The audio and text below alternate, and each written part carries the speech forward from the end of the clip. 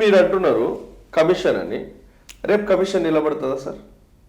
మీరు ఒక law college డీన్గా పనిచేశారు. నిలబడదు. నేను కమిషన్ కూడా 338 ఆర్టికల్ క్లాస్ 9లో మీరు జాతీయ ఎస్సీ కమిషన్ను సంప్రదించకుండా ఎస్సీల విషయంలో ఎటువంటి జోక్యం కేంద్రం చేసుకోరాదు, రాష్ట్రం చేసుకోరాదు. సుప్రీంకోర్టు జోక్యం చేసుకున్నది. నేను అందుకే స్టార్టింగ్లో ఇంట్రడక్షన్లో ఒక పాయింట్లు ఏమన్నానంటే, సుప్రీంకోర్టులో వచ్చినటువంటి జడ్జిమెంట్ కాదు, అభిప్రాయాల్లో న్యాయమూర్తుల అభిప్రాయాలు న్యాయస్థానాల అభిప్రాయాలుగా పరిగణలోకి తీసుకురాదు. రేపు మేము కోర్టులు మెట్లు ఎక్కినప్పుడు అన్ని డాక్యుమెంట్స్ సబ్మిట్ చేస్తాం కదా. రెండవది, రాజ్యాంగం ఇతర శాఖలకు కేటాయించిన పరిధిలోకి న్యాయస్థానం జోక్యం ఉండరాదు. ఇది ఎవరి కేసు? లక్ష్మీకుట్టి వర్సెస్ కేరళ జరిగినటువంటి సుప్రీంకోర్టు ఇచ్చినటువంటి తీర్పు ఇది. ఇక్కడ జాతీయ ఎస్సీ కమిషన్ కి ఇచ్చినటువంటి ప్రత్యేక అధికారంలో జోక్యం ఎవరు చేసుకున్నది? సుప్రీంకోర్టు చేసుకున్నది. చేసుకోరాదని క్లియర్ డైరెక్షన్ ఉంది కదా. వ్యక్తిగత అభిప్రాయాలను న్యాయ వ్యవస్థ అభిప్రాయాలుగా అంగీకరించరాదు. ఇంకోటి, సపోజ్ వీళ్ళు కృష్ణ మాదిగ భ్రమలో బ్రతికేటటువంటి మాదిగ మేధావులు ప్రజలు, నేను వీళ్ళకి ఏం అడుగుతున్నానంటే, రేపు జరుగుతుంది అనుకుందాం. ఈయన ఏమన్నాడు? 2011 ప్రకారం చేస్తా అన్నాడు. మళ్ళా రేవంత్ రెడ్డి గారడి చేసిండు. ఏం గారడి అంటే, అతని మీద ఉన్నటువంటి మాదిగల ఫోర్స్ తగ్గించడానికి ఏదో తూతు మంత్రంగా చేసేస్తాడు. మళ్ళీ ఏమైతుంది? కోర్టు కొట్టేస్తుంది. మళ్ళీ బ్లేమ్ ఎవరైతారు? మాళ్ళు అవుతారు. రేవంత్ రెడ్డి సేఫ్ ఉంటాడు. రేవంత్ రెడ్డి సేఫ్. ఇప్పుడు మందకృష్ణ కూడా కావాల్సింది అదేగా. మందకృష్ణ కావాల్సింది అదే ఆయన దుకాణం ఆయన బతుకున్నంత వరకు కొనసాగాలి. శాశ్వత పరిష్కారం కోరేదైతే మందకృష్ణ మాదిగా ఈవీ జడ్జిమెంట్లు ఇచ్చినటువంటి డైరెక్షన్ ను రాష్ట్ర ప్రభుత్వాలు ఇంప్లిమెంట్ చేసే విధంగా కృష్ణ మాదిగా బలంగా పోరాటం చేసి ఉంటే, ఎంత దారుణమైన అబద్ధాలు చెప్తాడంటే, ప్రమోషన్స్ లో రిజర్వేషన్ లో ప్రమోషన్స్ కల్పించింది అతడే అంట. ఏమన్నా, నేను నిజం చెప్తున్నా కదా, ఇంటెలెక్చువల్ గా బూతులు మాట్లాడలేం కానీ సుప్రీంకోర్టు 1995లో 16(4)A లో ఇచ్చినటువంటి జడ్జిమెంట్ లో చాలా క్లియర్ గా అసలు ఈయన అక్కడ ఉద్యమం పుట్టలేదుగా. అంతే కదా. ప్రొఫెసర్ రిజర్వేషన్ ఈయన నచ్చిండు. ఎంత దుర్మార్గం అంటే, ప్రొఫెసర్ లాంటి వాళ్ళు సభల మీద మాట్లాడుతున్నారు, కమిషన్ వర్గీకరణ చేయమన్నదని. ప్రొఫెసర్ లాంటి వాళ్ళు ఇంటర్వ్యూలో చెప్తున్నారు. బుద్ధి ఏమైనా పనిచేస్తుందా? నువ్వు ప్రొఫెసర్ ఎట్లయిను? వాడు అతను మాట్లాడిండు, అతనికి చదువు లేదు, చెప్పాడు చదువుకున్నాడు. అరే లోకుడు అంటున్నాడు అన్న, ఏమన్నా లోకుర్లు ఉన్నదా అంటే, లోకుర్లు ఏముంది? అది ఎస్సీ కులాల జాబితాను సవరించడానికి, లోకురు వర్గీకరణ చేయమనడానికి ఆ రోజు ఇంకా రిజర్వేషన్ ఇంప్లిమెంట్ అయిందా సార్? బుద్ధి జ్ఞానం కొద్దిగా ఉంటే, నీతి కొద్దిగా ఉంటే ఆలోచించాలా. 50లో రాజ్యాంగం ఇంప్లిమెంట్ అయింది. 65 వరకు మనం అప్పుడే చదువులు పూర్తి చేస్తున్న సమయము. ఇంకా యాక్చువల్లీ రిజర్వేషన్ పూర్తి స్థాయి ఇంప్లిమెంట్ ఎప్పుడైంది? 70s తర్వాత అయింది. 65లోనే వర్గీకరణ జరగాలని అంటాడు. ఎవరైనా బుద్ధి ఉన్నాడు మాట్లాడతాడా? సరే చెప్తే మాట్లాడాడంటే చెప్పడు. ఎవడో బేడా అనే ఎంపీ ఆయన ఏమన్నాడంటే, అతనికి మాలల మీద ద్వేషం ఉంది, అతనేముండు ఫార్వర్డ్ క్యాస్ట్ వీళ్ళకి జాబితా నుండి తొలగించండి రిప్రజెంటేషన్ ఇచ్చిండు. ఆయన క్లియర్ గా కాలం పెట్టేసి నేను ఇది రిజెక్ట్ చేస్తున్నా, ఇది నా పని కాదు అని అన్నాడు. ఇంకోటి ఎంపీ ఎంజనప్ప అని ఒకటి చేసిండు. మోచికులం ఫార్వర్డ్ క్యాస్ట్ జాబితా నుండి తొలగించిన ఆయన రిప్రజెంటేషన్ బోలెడ్ వస్తాయి. ఆయన పరిధిలో లేదు కాబట్టి రిజెక్ట్ చేస్తున్న అంశాన్ని వర్గీకరణ ఆ రోజే చేయమన్నారు. నేను నాకు చిన్న డౌట్. ఇప్పుడు మా తెలంగాణలో ఒక ఐఏఎస్ ఆఫీసర్ మాలా లేడు, మాదిగా లేడు, ఒక ఐపీఎస్ లేడు. మరి మా తెలంగాణలో వీళ్ళు ఎట్లా దోపిడీ చేసినట్టు వీళ్ళు ఎట్లా తొలగిద్దాం రిజర్వేషన్కి వెళ్ళి? చెప్పు. కాదండి, నాకు వచ్చి చిన్న డౌట్ అది. ఇప్పుడు దానకిషోరు ఆంధ్ర అయినా, ఇప్పుడు తెలంగాణ గవర్నమెంట్లో కీలకమైన పోస్టులో ఉన్నాడు. రాహుల్ బొజ్జా ఆంధ్ర అయినా, కీలక పోస్టులో ఉన్నాడు ఆంధ్ర అయినా. అసలు తెలంగాణలో ఎవరైనా కనపడ్డారా? ఇప్పుడు క్యాబినెట్లో ఇక్కడ ఐఏఎస్లో చీఫ్ సెక్రటరీ పోస్టులలో ఎవరు ఉన్నారు చెప్పండి నాకు. మరి మీ ఇప్పుడు మాల కానీ మాదే కానీ ఏమైనా దొబ్బి తినట్టుందా ఏమన్నా? మరి వాళ్ళని వీళ్ళకి ఎట్లా తీసేస్తాం? జాబితాలకి ఎట్లా తీసేస్తాం చెప్పండి.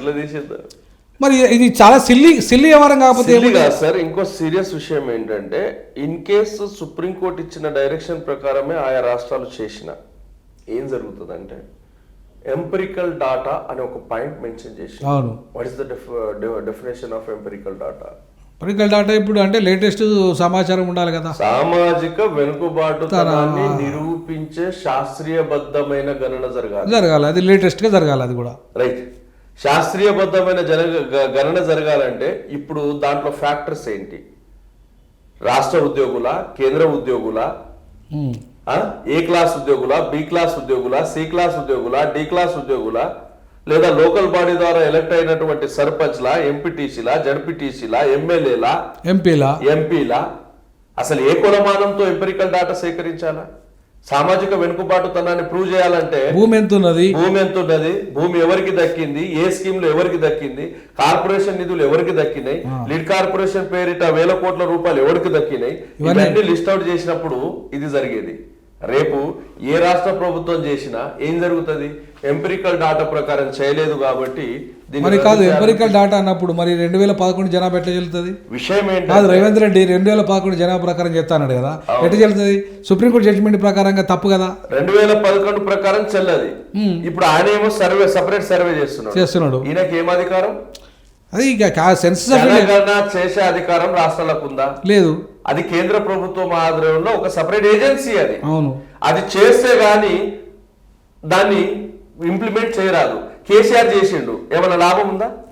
జగన్ రెడ్డి చేసిండు, ఏమైనా లాభం ఉందా? చేసిండు, ఏమైనా లాభం ఉందా? సెన్సస్ ఆఫ్ ఇండియా చేస్తే సెన్సస్ ఆఫ్ ఇండియా చేసే వరకు శాస్త్రీయ జనగణన మీరు సేకరించలేరు. 2011 ప్రకారం చేసినట్లయితే అది చెల్లుబాటు కాదు. రేపు మళ్ళా కొట్టేస్తారు. దీనికి ఎంత ఘర్షణ వాతావరణం ఏంటి? ఎందుకు?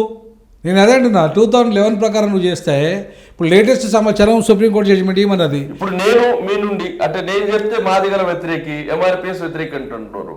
నేను మీ నుండి కోరేది ఏంటంటే అల్టిమేట్ రెండు కులాలకు సామరస్యంగా వీళ్ళు రేపు పొలిటిసైజ్ అవ్వడానికి రాజకీయంగా ఐక్యమై ఆ రోజు కాంచీరామ్ ఆధ్వర్యంలో జరిగినటువంటి ఆ స్థాయిలో రాజకీయ పోరాటాలు చేయడానికి మీరు రెండు కులాలకు ఏం సజెస్ట్ చేయాలి? నేను ఒకటే సజెషన్ చేయాలనుకుంటున్నాను. రెండు కులాల మధ్యలో ఇప్పుడు ఏదైనా సమస్య నేను మొదటి నుండి ఈరోజు చెప్పుకుంటూ వస్తున్నా, ఈరోజు కూడా అదే చెప్తున్నా. ఇవాళ ఇది ప్రాంతీయ వర్గీకరణ కూడా కాదు, ఇది ప్రాంతీయ సమస్య, కుల సమస్య కాదు. ఫస్ట్ పాయింట్ ఇది కుల సమస్య అయితే మీరు అన్నట్టుగా సామాజిక వెనుకబాటు ఆధారంగా అన్ని ఆధారాలు వస్తాయి. ఇది ప్రాంతాల వారిగా మా తెలంగాణలో మాలైనా మాదిగైనా ఉపకులమైన ఎవరూ డెవలప్ కాలేదు. కొంతమంది కొన్ని కుటుంబాలు అది వేరే కారణాల చేత వివేక్ వెంకటస్వామి ఫ్యామిలీ కాంగ్రెస్ పార్టీలోకి వెళ్ళి వాళ్ళ సొంతగా వాళ్ళు ఎదిగింది తప్ప ఏదో ప్రభుత్వాలు ఇచ్చిన బెనిఫిట్తో ఎదగలేదు, లేకపోతే ప్రభుత్వ ఉద్యోగాలు చేసి ఎదగలేదు వాళ్ళు. సో కాబట్టి అట్లాంటి వాళ్ళు ఎక్సెప్షనల్.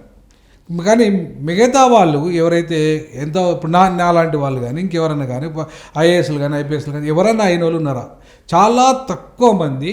ఇవాళ ఐఏఎస్లు ఐపీఎస్లు అయితే అసలు లేరు. ఇప్పటికి కూడా 11 సంవత్సరాల తెలంగాణ తర్వాత కూడా రాలేదు.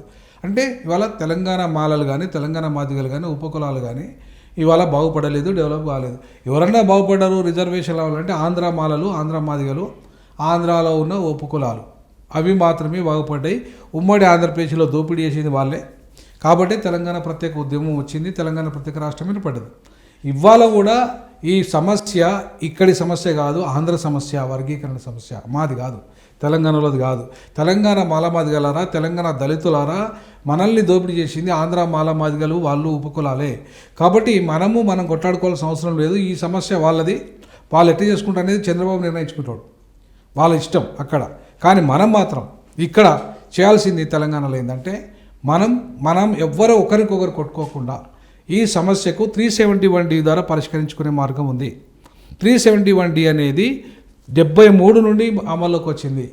73లోనే ఆంధ్ర, తెలంగాణ, రాయలసీమ 3 ప్రాంతాలకు ఇట్లనే మాకు ఆంధ్రలో మై దొబ్బేసుకపోయినరు అని చెప్పేసి ఏదైతే ఉద్యమం ప్రారంభమైందో ఆంధ్రలో కొట్టేయకుండా తెలంగాణలో తెలంగాణ వాటా ఇచ్చారు, ఆంధ్రలోకి ఇచ్చారు, రాయలసీమకు వాటా ఇచ్చారు విద్యా ఉద్యోగ రంగాలు. అట్లనే ఇవాళ కూడా మనకు కూడా మాల కానీ మాదే కానీ ఉపకులాలకు కానీ మన వాటా మనకు వచ్చే విధంగా 371D ప్రకారంగా జిల్లాని యూనిట్ చేసుకొని మనం పంచుకోవచ్చు. ఇది వర్గీకరణ కాదు, ఇది పంచుకునే విధానము. పంచుకునే అధికారము రాష్ట్ర ప్రభుత్వానికి ఉంది, చేసే అధికారము రాష్ట్ర ప్రభుత్వానికి ఉంది. దీంట్లో కీలక భూమిక పోషించాల్సింది రాష్ట్ర ప్రభుత్వము. 371D ప్రకారంగా మా సమస్యను పరిష్కరించే బాధ్యత ఉంది. మీరు 371D ప్రకారంగా నీళ్ళ పంపిణీ చేసుకున్నారు, మీరు 371D ప్రకారంగా ఉద్యోగాల పంపిణీ చేసుకున్నారు ఆంధ్ర తెలంగాణ, మీరు 370D ప్రకారంగా ఇవాళ మొత్తం సంపద పంపిణీ చేసుకున్నారు, షెడ్యూల్ పంపిణీ చేసుకున్నారు. మా సమస్య ఎందుకు పరిష్కరిస్తలేరు మీరు? మా మాలమాదిల సమస్య ఎందుకు పరిష్కరిస్తలేరు?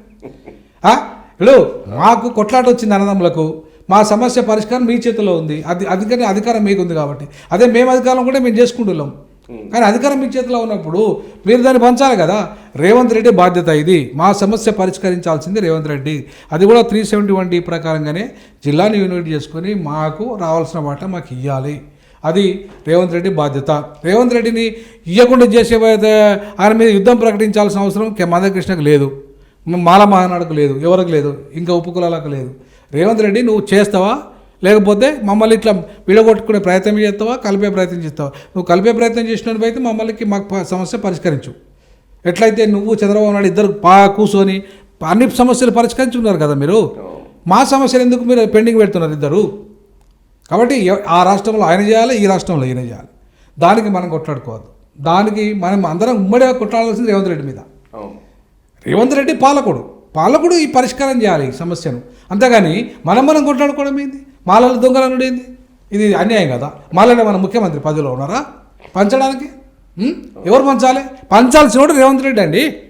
అంతేగాని మనం పంచడానికి బాబు నువ్వు కరెక్ట్గా పద్ధతి ప్రకారంగా మాకు పంచరా బాబు,